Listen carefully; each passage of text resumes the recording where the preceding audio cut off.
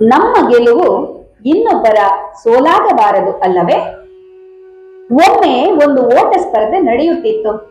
ಓಡಿ ಮೊದಲಿಗನಾಗಿ ಬಂದವನು ಅಂತಿಮ ಹಂತ ತಲುಪಿದೆ ಎಂದು ತಪ್ಪಾಗಿ ತಿಳಿದು ಓಟವನ್ನು ನಿಲ್ಲಿಸಿದ. ಆಗ ಎರಡನೇದಾಗಿ ಬಂದವನು ಹೇಳುತ್ತಾನೆ, ಇದು ಫಿನಿಶಿಂಗ್ ಪಾಯಿಂಟ್ ಅಲ್ಲ, ಸ್ಪರ್ಧೆ ಇನ್ನೂ ಮುಗಿದಿಲ್ಲ, ನೀನು ಓಡು ಓಡು ಎಂದು. ಆದರೆ ಇದು ಈತನಿಗೆ ಕೇಳಿಸುತ್ತಲೇ ಇಲ್ಲ. ಆಗ ಈ ಎರಡನೇದಾಗಿ ಬಂದವನು ಆತನ ಕೈಯನ್ನು ಹಿಡಿದು ಸ್ವಲ್ಪ ದೂರ ಓಡಿ ಮುಂದಕ್ಕೆ ತಳ್ಳಿಬಿಟ್ಟ. ಅವನು ಗೆದ್ದ ಮತ್ತು ಚಿನ್ನದ ಪದಕವನ್ನು ಪಡೆದ.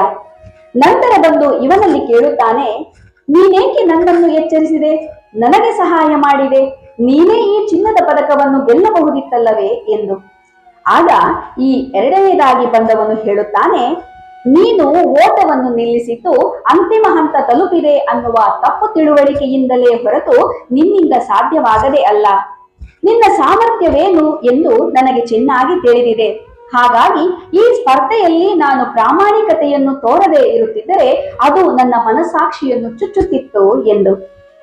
ಸ್ನೇಹಿತರೆ, ನಾವು ಮೊದಲಿಗರಾಗಬೇಕು, ಶ್ರೇಷ್ಠರಾಗಬೇಕು, ಉತ್ತಮರಾಗಬೇಕು, ಪ್ರಸಿದ್ಧಿ ಪಡೆಯಬೇಕು, ಅವರನ್ನು ಮೀರಿಸಬೇಕು, ಇವರಿಗಿಂತ ಮಿಗಿಲಾಗಬೇಕು ಎಂದು ಏನೆಲ್ಲ ಕಸರತ್ತುಗಳನ್ನು ಮಾಡುತ್ತೇವೆ.